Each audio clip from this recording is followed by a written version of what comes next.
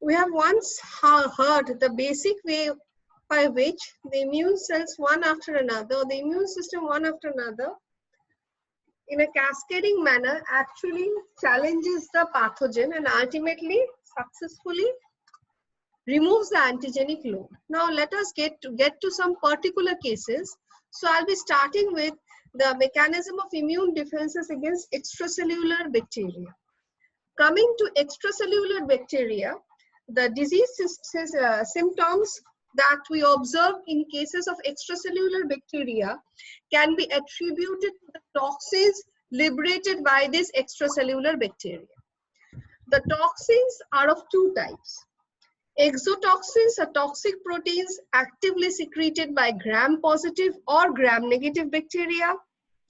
Endotoxins are lipid portions of the lipopolysaccharide molecules embedded in the walls of gram-negative bacteria and are secreted by them. The difference in the cell wall between the gram-positive and the gram-negative is that the gram-negative bacteria have the peptidoglycan layer, a thick peptidoglycan layer, while that of a gram-negative bacteria has the lipopolysaccharide molecules embedded.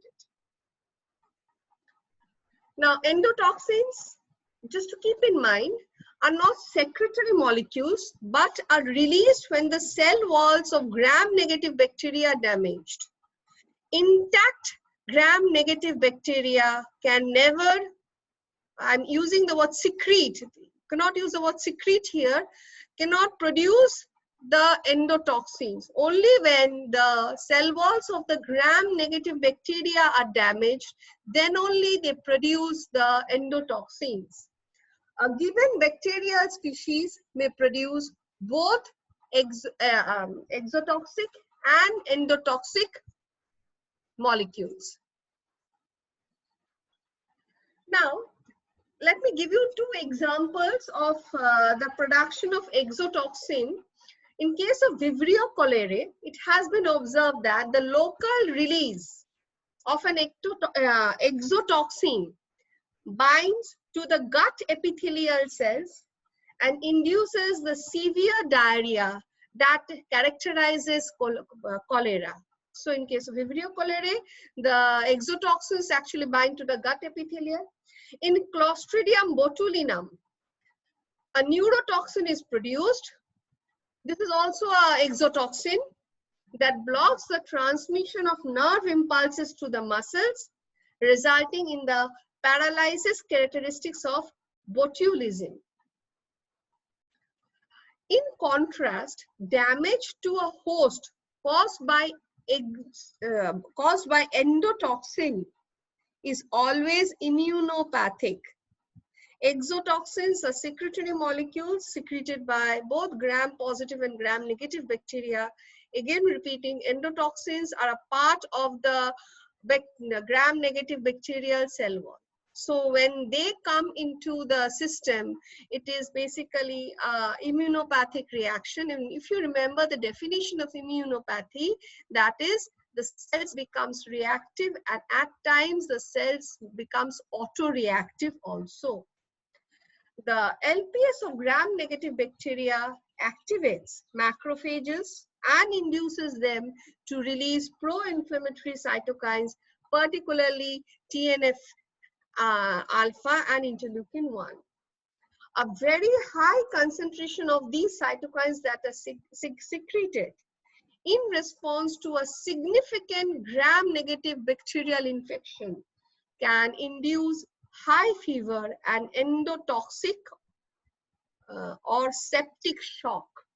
So as a whole, you can realize that the infection by a gram-negative bacteria is more critical and severe as compared to the infections by the gram-positive bacteria.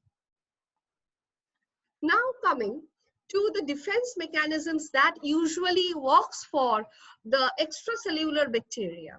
So these are the different defense mechanisms. The picture highlights the different defense mechanisms that are available for the extracellular bacteria. Now, the polysaccharides present in the bacterial cell walls may make perfect thymus-independent antigens for B cell activation, while other bacterial components supply thymus-dependent antigens that induces a T helper to response that provides T help to antibacterial B cells. So this is the activation of basically the B lymphocytes, either by the thymus-independent pathway or the dependent pathway. And as you can see, once the antigen has been recognized, neutralizing antibodies can be produced into the blood, and this neutralizing antibodies then go and bind to the epitopes on the bacterial microbial surface, thereby as a result opsonizing the bacteria.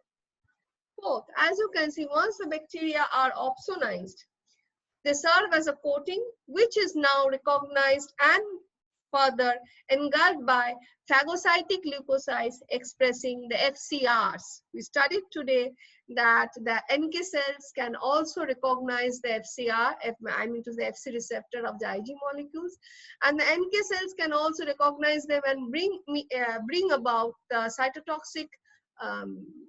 cytotoxicity of the bacterial cells, kill the bacterial cells if the NK cells recognize them. Then, further, antibodies made against the bacterial exotoxins are called antitoxins. So if the antitoxins are liberated in the blood and basically being protein in nature, they are also recognized as antigens, and antitoxins or antibodies to these toxins can be made. They neutralize the antitoxins in the blood.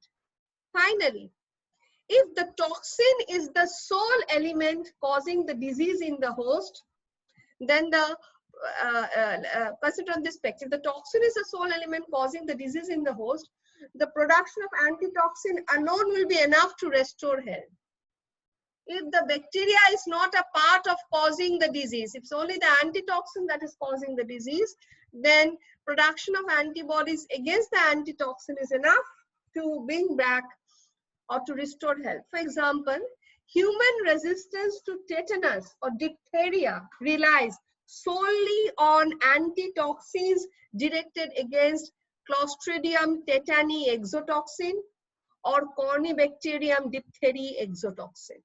So in case of these two, the tetani and the diphtheria is only the exotoxin that causes the disease condition. So production of antibodies against this or antitoxins against this toxin is enough. And finally, another mode of mechanism of eradicating extracellular bacteria is the activation of the complement pathways. All three pathways of complement activation can be brought about. The complement is particularly crucial for, I'm giving an example, the complement activation is particularly crucial for defense against the Neisseria group of gram-negative bacteria. As I said, gram-negative bacteria are the deadlier ones. So this was about the extracellular bacteria. Now let's come to this picture. This is about those bacteria which are intracellular in nature. So, well, in case of intracellular bacteria, as you can observe, access the host via breaches in the mucosa and skin, but some are introduced directly into the bloodstream by bites of vectors such as ticks, mosquitoes, and mites. So if an intracellular bacteria moves in via the skin or the mucosal surface, I just now said in my previous class what happens. So the local mediators there play a big role. But if it is introduced directly into blood, the neutrophils and the monocytes play a bigger role. Now, as you can see in the first picture, early infections by the intracellular bacteria are frequently controlled by the defensins. This is a type of antimicrobicidal molecule. Sorry, not antis, microbicidal molecule that is secreted by neutrophils, because these proteins can destroy the invaders before they can take refuge inside a host cell. But mind it, the bacteria has to access the bloodstream. So neutrophils produce this kind of molecules, the defensins, which kills the intracellular bacteria even before it can take refuge into a host cell. Those bacteria that escape defensin are taken up by neutrophil phagocytosis. And you can see those bacteria that are taken up by the, I mean to say, escape defenses are taken up by the neutrophil phagocytosis. Important thing is that the memory T helper cell 17 seems to play an important role here. In most cases, IL-17, they secrete recruits neutrophil to the site of invasion and promotes phagocytosis. So this further heightened activity of phagocytosis via neutrophils is promoted to some extent by the IL-17 T helper cells. Macrophage is activated by TLR engagement. So as you can see, the pattern recognition receptors. So the macrophages, in addition, the macrophages activated by the TLR engagement produce pro-inflammatory cytokines that promote NK cell activation and T helper 1 differentiation. So as you can see, just a second, that the macrophages are activated, NK cells are activated, and if the, as I was just now saying, that if the host cell is infected, then the host cell needs to die. So it's a suicidal strategy. So it will express its activation ligands to be recognized by the NK cells and thereby killed by the NK cells. Then we have another activation, that is the gamma delta T cells. The bacteria are pyrophosphates. Once the bacteria, intracellular bacteria ingested, the proteins and the bacterial cellular lysis occurs. The bacterial antigen molecules are liberated into the blood. So one such molecule, the pyrophosphate, if taken up by the gamma delta cells, further differentiates into the cytotoxic T lymphocytes of the gamma delta type, and they bring about cytolysis of the bacterial cells, or the helper 1 category of the gamma delta type will produce further pro-inflammatory cytokines. So these are, as you can see, all the molecules involved from figure 1 to figure 4, or the cells involved from figure 1 to figure 4, are basically cells of the innate immunity. So that is the first hand defense. Now as we move on to figure 5, figure 5 is also the CTL activity of the gamma delta cells. Now as we move on to figure 6, you can see the adaptive immunity is being brought into. First, the dendritic cells are activating the helper category of cells. And in this process of activation, the dendritic cells are licensed. As you can see, the upregulation of the CD40 receptor on the dendritic cells. The helper category alpha beta type are then activated to produce the helper 1 category, thereby hyperactivating the macrophages. The hyperactivated macrophages results in production of ROI and granuloma formation. I'll come to that. I'll come to this granular formation later on. Let me finish this part. And you can see that if we are getting licensed dendritic cells, then the licensed dendritic cells can also activate the T cytotoxic cells. So the adaptive immunity is roped in. The B lymphocytes are then activated. This is a chain reaction followed by the production of antitoxins or antibody to the antigens produced as a result of the antigen processing, and we are getting the neutralizing antibodies. Now coming to this particular point, that is granuloma formation. As you can see, this is a magnified structure of granuloma formation. What happens when an intracellular pathogen like Mycobacterium tuberculosis is able to resist killing by cytotoxic T lymphocytes? So they escape the cytotoxic T lymphocytes and the hyperactivated dendritic cells. The body attempts to wall off the pathogen. As you can see, the body attempts to wall off the pathogen in a cellular structure known as granuloma. The bacteria has evaded this strategy of killing by the macrophages and the CTL. What happens? So the bacteria gets then trapped into a cellular circle, and this is known as granuloma. That okay, so the bacteria is here, the fused hyperactivated macrophages, and they are surrounded by, as you can see, the CD4 helper 1 cells and the CD8 cytotoxic T lymphocytes. The inner layer of the granuloma contains the macrophages, the CD4 positive T cells, while the exterior layer is made up of the CD8 positive T cells.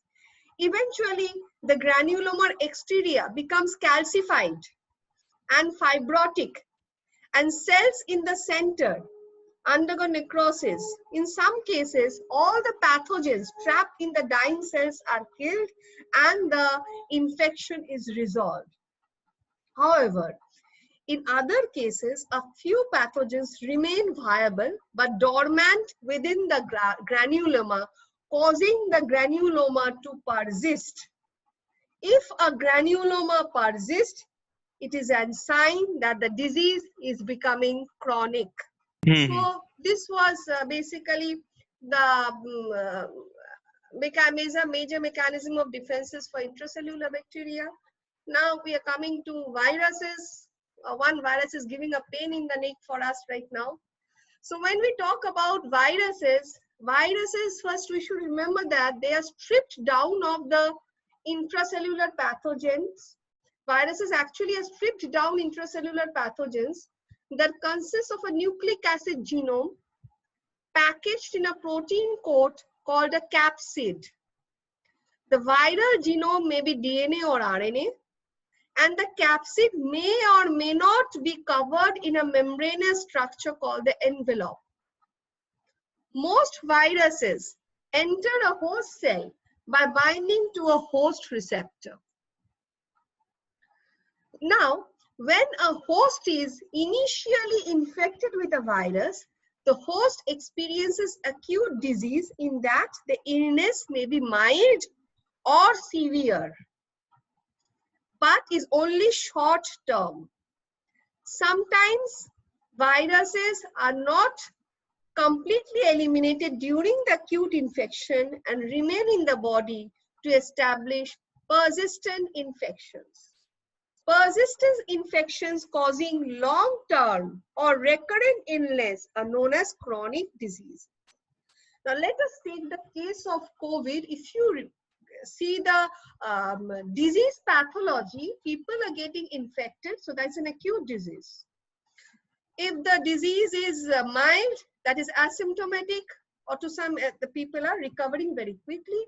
But if the disease is severe, it is taking some time, some amount of recovery rate is observed, and the people are dying. So the case of COVID is a disease of acute case. But when we talk about the AIDS, in case of AIDS virus, the HIV virus enters a cell via the GP120 receptor. Mind you, the moment it is entering, it might cause some acute disease in a mild form. Whatever happens, the virus stays within the cell, and the recurrence of the illness may come back after 4 to 5 years or after 4 to 5 months. So that's a constant recurring infection. So that is a chronic disease. So when a virus attacks a cell and stays for a long amount of time, and on and off the recurrence of the viral disease is occurring, that is a chronic one. In case of COVID, we are having an acute disease. So in case of, so this is basically the disease mechanism when a virus infects. Now, let me give you another concept, the concept of an antiviral state. Look at this picture. Now, this is the induction of antiviral state. Whenever the virus infects the body, the production of multifunctional cytokines like IFN alpha, IFN beta, and IFN gamma is one of the earliest innate immune responses.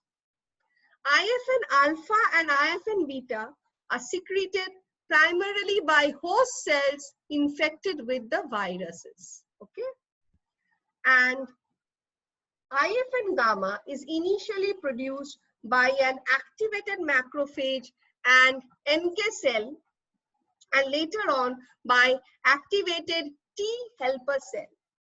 So these two pro-inflammatory cytokines, alpha and alpha beta and gamma. Alpha beta produced by the infected host cell, IF and gamma being produced by the macrophages, the NK cells, and the activated helper 1 cells. Any of these interferons can initiate a series of metabolic and enzymatic events in an uninfected host cell that results in its adopting an antiviral state.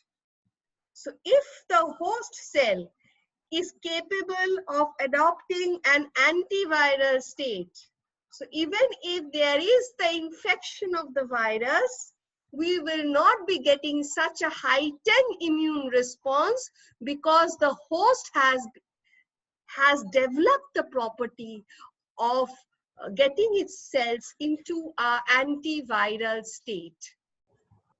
So this is one of a survival strategy taken up by a host. Host cell in the antiviral state can take enzymatic action to prevent an attacking virus from invading or starting to replicate. Both the transcriptional and the transcription and translation of viral mRNAs are and proteins are inhibited in a protected host cell. Now coming to the next strategies of the viral infection, as you can see, when a virus is infected within a cell, it causes the downregulation of the MHC class 1 on the host cell, and the host cell then upregulates the activation ligand, bringing about the cytolysis of the infected host cells. Now, whole virions or their components may be taken up by macrophages by clathrin-mediated endocytosis or phagocytosis. Numerous viral components, as you can see, including the viral DNA, double-stranded RNA, single-stranded RNA, envelope proteins, and surface glycoproteins, serve as PAMs that can bind to the macrophage PRR, whenever the pattern recognition receptors. Once the macrophages are activated, they further release a host of pro-inflammatory cytokines such as IL-12 and TNF-alpha. This is followed by, once we get the production of IL-12, as you can see, the IL-12 results in the activation of the CD4 positive cells. And the CD4 positive cells then further license dendritic cells. Licensing of the dendritic cells leads to T cytotoxic activation. Activation of the CD4 positive cells leads to B cell activation. Once we get the T cell activation, we get the cytotoxic effector populations that can kill an infected host cell if the viral antigens are presented by cross-presentation, by the phenomena of cross-presentation. They can kill the host infected cells by the granzyme-mediated cytotoxicity or by the fast ligand pathway. And further, if there are antiviral molecules in the systemic circulation, B cells may recognize these antiviral molecules and display neutralizing antibodies. So neutralizing antibodies may be produced against the antiviral molecules. Complement-mediated opsonization can be done, and complement-mediated phagocytosis can be done by the neutrophils. Classical complement activation can be done on the host cells. The natural killer cells can also induce antibody-dependent cell-mediated cytotoxicity. So these are the variety of mechanisms, immune mechanisms that act against a virus. Now, coming to the phenomena of mechanism of defense against the worm parasites, as you can see. Parasites includes the unicellular protozoans and the multicellular helminth worms, both of which live within a host as endoparasites, as well as arthropods like ticks, fleas, lice, and mice, which attach themselves to the skin or hair follicles on the exterior of a host as ectoparasites. Now, considering the defense mechanism that, as you can see in case of the parasites, the dendritic cells presenting one peptides, including induce CD4 positive T helper cell differentiation.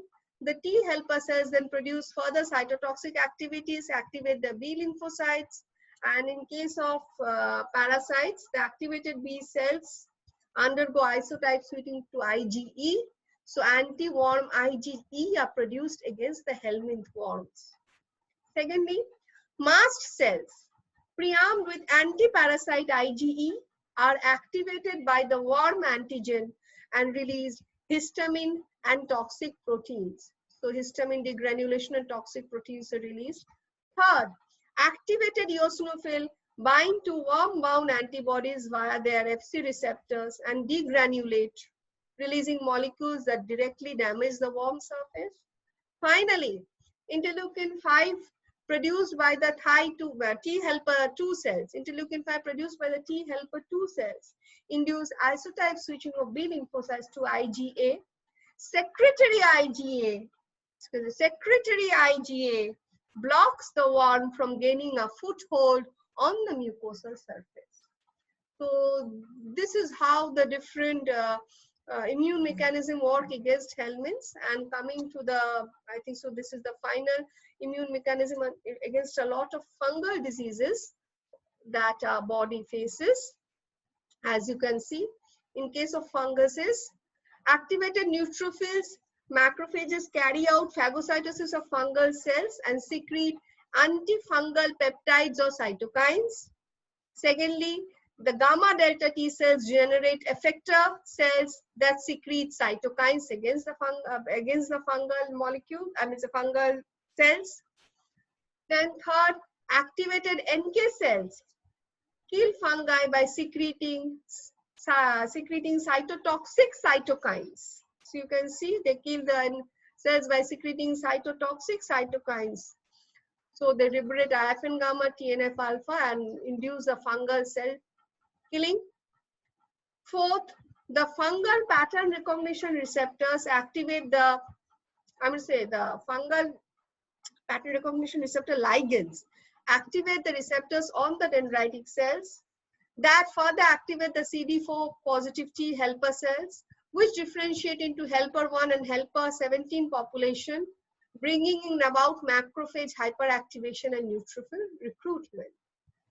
And finally, fungi may be coated with either antifungal antibody or C3b molecules, antifungal antibody or C3b molecules, and are recognized by phagocytes and are taken in by them. So this is the variety of mechanisms that are used to kill a variety of fungal cells. So with this, I stop my lecture for today. Next, we will be doing the tolerance and the autoimmunity and primary immune deficiency.